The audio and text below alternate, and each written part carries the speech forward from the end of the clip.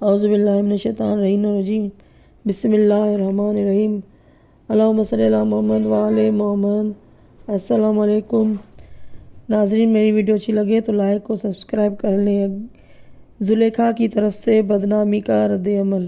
حضرت یوسف علیہ السلام قید خانے میں بھیج دیے گئے۔ زلیخا بھی ندامت کے ساتھ خاموش ہو کر بیٹھ گئی۔ عزیز مصر بھی اسے پی گیا تاکہ واقعے کو شہرت نہ ہو، لیکن اس قسم کے واقعات کہاں چھپتے ہیں۔ آخر کار بات پھوٹ نکلی اور داستان بن کر زبانوں پر چڑھ گئی۔ اس درجہ شہرت ہوئی کہ ہر دمہ کا اس کا ذکر کرنے لگا۔ زلیخا جو اپنے کیے پر نہیں بلکہ اپنی ناکامی پر پچھتا رہی تھی، دل میں سوچنے لگی کہ اس کا رد عمل کیا ہونا چاہیے۔ آخر اس کی سمجھ میں یہ آیا کہ ارکان دولت کی ان عورتوں کو جو اس میں زیادہ دلچسپی لے رہی ہے دعوت پر بلایا جائے اور یوسف کو ان کے سامنے سے گزارا جائے، تو انہیں معلوم ہو کہ دل پر کس طرح چھری چلتی ہے اور دماغ کیوں کر بے قابو ہوتا ہے۔ چنانچہ اس نے 40 عورتوں کو دعوت میں بلایا اور ان کے لیے نہایت عمدہ قسم کے انتظامات کیے۔ رقص و سرور کا بھی بندوبست کیا۔ جب محفل دعوت آراستہ ہو چکی تو زلیخا نے ان عورتوں سے پوچھا کہ اگر تم کہو تو میں یوسف کو تمہارے سامنے سے گزارنے کے لیے طلب کر لوں۔ ان عورتوں نے بصدر شوق اجازت دی۔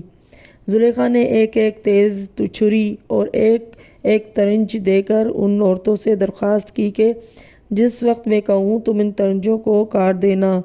ان عورتوں نے اسے منظور کر لیا۔ جب محفل شوق مرتب ہو چکی تو زلیخا نے حکم دیا کہ یوسف کو قید خانے سے لایا جائے اور اس کے چہرے پر نقاب ڈال دی جائے۔ چنانچہ حضرت یوسف قید خانے سے نقاب پوش لائے گئے۔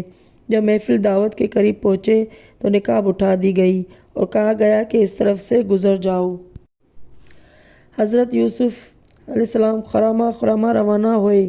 جب ان عورتوں کے قریب پہنچے جو دعوت میں آئی ہوئی تھی تو زلیخا نے انہیں دعوت نے نظارہ دے کر کہا کہ میری بہنوں، چھریوں سے ترنجوں کو کاٹ ڈالو۔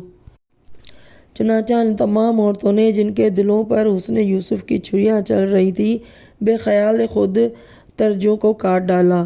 جب یوسف علیہ السلام گزر گئے تو ان بے خود عورتوں نے اپنے حالات کا جائزہ لیا تو معلوم ہوا کہ ایک بھی ترنج نہیں کٹا، سب ہاتھ کٹ گئے ہیں۔ ایک روایت میں ہے کہ 40 میں سے 9 عورتیں اسی وقت جاں بحق ہو گئیں۔ یہ دیکھ کر زلیخا کو موقع مل گیا۔ وہ بولی، بہنوں، تم تو میری مذمت کرتی تھی اور کہا کرتی تھی کہ عزیز مصر کی بیوی ایک غلام کنعانی پر فرفیختہ ہو گئی ہے۔ کہو اب کیا کہتی ہو؟ یہ سن کر عورتوں نے معذرت کی اور زلیخا سے کہا کہ بے شک تم جذبہ عشق میں بے خطا ہو۔ ایک روایت میں ہے کہ یہ واقعہ زلیخا کے 7 ماہ بعد ہوا تھا۔ اللہم صلی علی محمد وعلی محمد۔ ناظرین، میری ویڈیو اچھی لگے تو لائک اور سبسکرائب کر لیں۔ اگلی ویڈیو تک کے لیے اللہ حافظ۔